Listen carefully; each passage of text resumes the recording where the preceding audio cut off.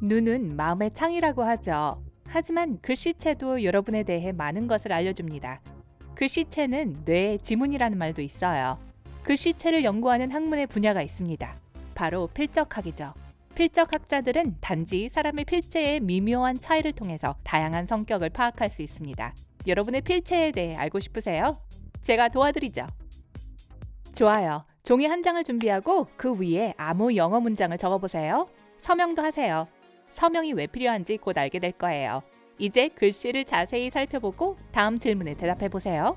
1. 글씨가 얼마나 큰가요? 도움을 드리자면 평균 크기의 글씨는 2.5에서 3.5mm입니다. 이 크기는 조정 능력이 좋은 사람들에게 흔합니다. 이런 사람들은 균형이 잡혀 있고 건전한 자존감을 가지고 있습니다. 만약 여러분의 글씨가 큰 편이라면 그건 꽤 외향적이라는 것을 의미합니다. 여러분은 사람들과 함께 있는 것과 관심의 중심이 되는 것을 좋아합니다.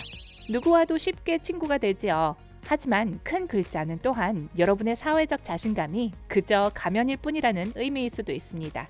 작은 글자는 사람들과의 교류에 수줍음을 느낀다는 것을 나타냅니다. 또한 여러분은 중요한 것에 집중하고 세부 사항에 많은 관심을 기울이는 일을 쉽게 해냅니다. 친구들은 별로 많지 않습니다. 왜냐하면 사람들과의 의사소통은 많은 에너지를 필요로 하는 일이기 때문입니다. 2. 글씨가 기울었나요? 만약 글씨가 오른쪽으로 기울어지는 경향이 있다면 여러분은 가족과 친구들에게 깊은 애착을 가지고 있습니다.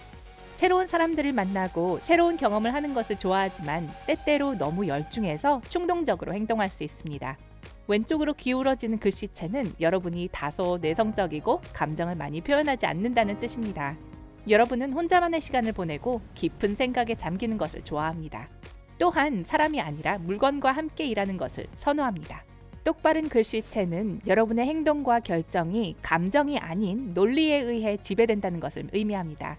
여러분은 실용적이고 항상 모든 것을 계획합니다. 충동적으로 일을 하는 법이 없어요. 3. 단어 사이의 간격이 넓은가요? 단어 사이의 간격이 눈에 띄게 넓다는 것은 여러분이 사람들과 거리를 두는 것을 더 좋아한다는 것을 의미합니다.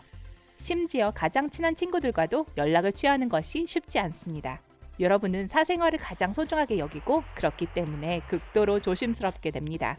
좁은 단어 간격은 다른 사람과의 감정적 친밀함을 원한다는 것을 보여줍니다. 하지만 이런 욕망은 종종 사람들이 그들만의 경계를 가지고 있고 혼자만의 시간을 필요로 한다는 사실을 잊게 합니다. 여러분은 포옹과 다른 애정 표현을 좋아합니다. 4. 한 단어 안에 있는 문자 간격이 비좁은가요? 만약 그렇다면 그 사람은 자신에게 불편함을 느끼고 많은 불안감을 가지고 있습니다. 다소 긴장하고 사람들에게 다가가 도움을 요청하는데 어려움을 겪습니다. 문자 간격이 보통이라면 여러분은 천성적으로 친절하고 외향적이며 거의 모든 사람과 친구가 될 수 있습니다. 새로운 상황에 쉽게 적응하기 때문에 변화를 두려워하지 않습니다. 문자 간격이 멀리 떨어져 있는 글씨체는 편한 성격을 반영합니다. 다른 사람들과 자기 자신에 대해 편안함을 느낍니다. 자신의 생각과 감정을 사람들과 나누는 것이 여러분에게 중요합니다. 하지만 자기 관리에 문제가 있을 수 있습니다. 5.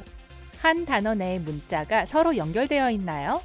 글을 쓸 때 글자를 연결해서 쓰는 사람들은 논리적인 능력이 뛰어납니다.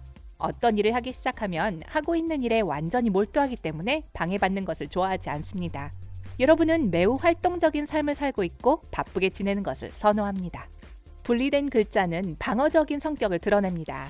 하지만 여러분은 불쾌한 상황을 피하는 데 도움이 되는 직감이 뛰어납니다. 여러분의 가장 큰 장점 중 하나는 상상력입니다. 흥미로운 새로운 아이디어를 잘 생각해냅니다. 6. 펜에 얼마나 많은 압력을 가하나요? 가벼운 압력은 여러분이 매우 민감하고 공감 능력이 있다는 것을 보여줍니다. 어려운 상황에서 어떻게 다른 사람들에게 힘이 될 수 있는지 알고 있습니다. 하지만 에너지 부족을 느낄지도 몰라요. 큰 압력을 가해 글씨를 쓰는 사람들은 가까운 사람들에게 헌신적이고 활동적입니다. 때때로 모든 것을 너무 심각하게 받아들이는 경향이 있어서 깐깐하게 굴기도 합니다. 7. 필기체인가요? 인쇄체인가요? 만약 인쇄체를 선호한다면 다른 사람들은 여러분을 자신감 있는 사람으로 생각할 거예요.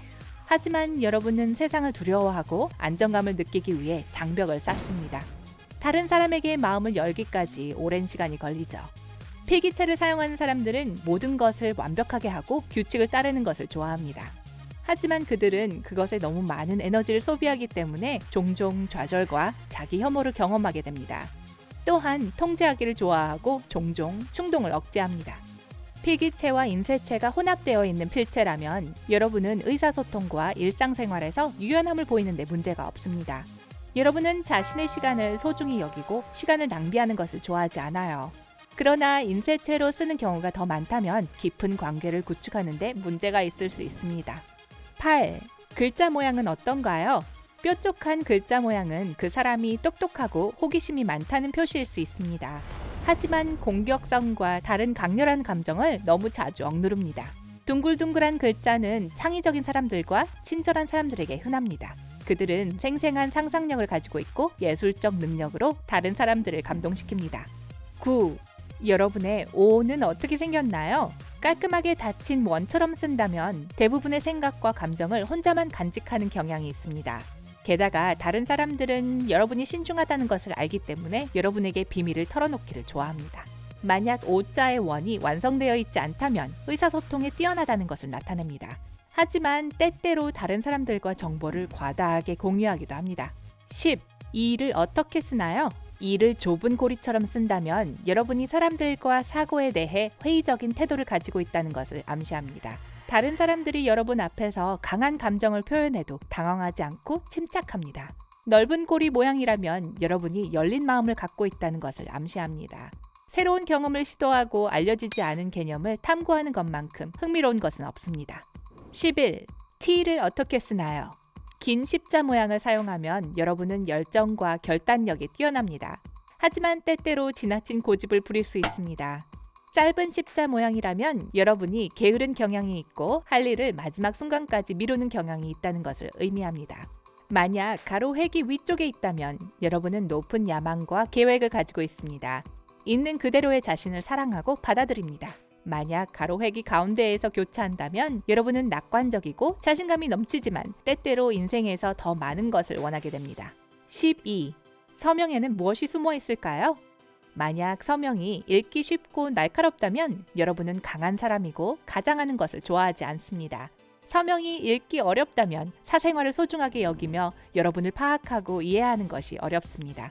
지금 본 것처럼 글씨체의 비밀을 이해하는 것은 그리 어렵지 않고 많은 흥미로운 정보를 제공합니다.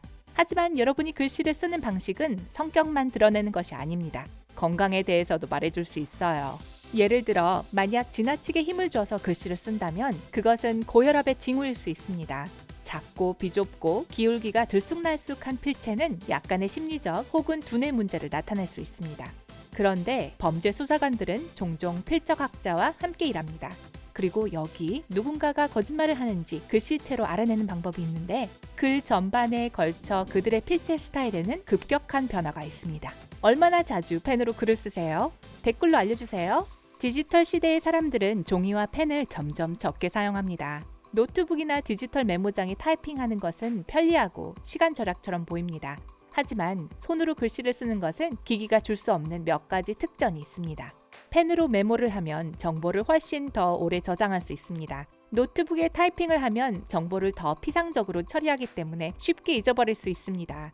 그러나 손으로 글을 쓰면 기억하고자 하는 것들을 적극적으로 요약하고 분석하도록 자극합니다. 그 덕분에 나중에 그것을 기억해내는데 더 적은 시간이 필요합니다. 둘째, 펜을 더 자주 사용하는 것은 두뇌를 날카롭게 유지하는 좋은 방법입니다. 인디아나 대학의 심리학자 카린 제임스의 연구에 의하면 글씨 쓰기만이 활성화시키는 두뇌에 특별한 부분이 있다고 합니다. 타이핑은 같은 효과가 없습니다. 그래서 글씨를 써서 그 부분을 더 활성화시킬수록 인지 능력이 오래 유지될 것입니다. 요점은 이렇습니다. 손 글씨를 많이 쓸수록 두뇌가 발달합니다.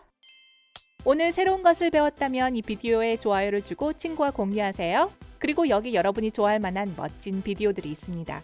왼쪽이나 오른쪽을 클릭하고 삶의 밝은 면에 머무르세요.